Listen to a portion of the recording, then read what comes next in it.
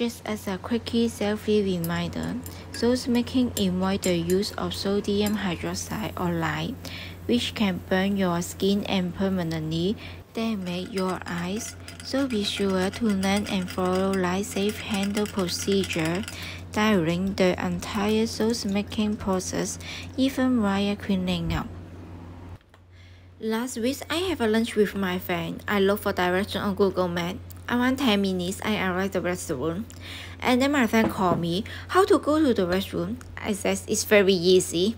You go to Mila Plaza and straight along this road. You will see the Kimberly Plaza, and then straight ahead, and then you will see the restaurant on the snow. Around 10 minutes, she called back. She says, who can find the plazas? Oh no, she went to the wrong way. She went to the Hill Road Road. Is opposite direction.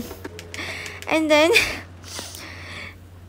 she's little unhappy, and she's complaining, it's my wrong. It's my fault. It's my roots were wrong, not clean. So it's my problem. So it's my fault. I'm not sure. Okay, let me go back to the show.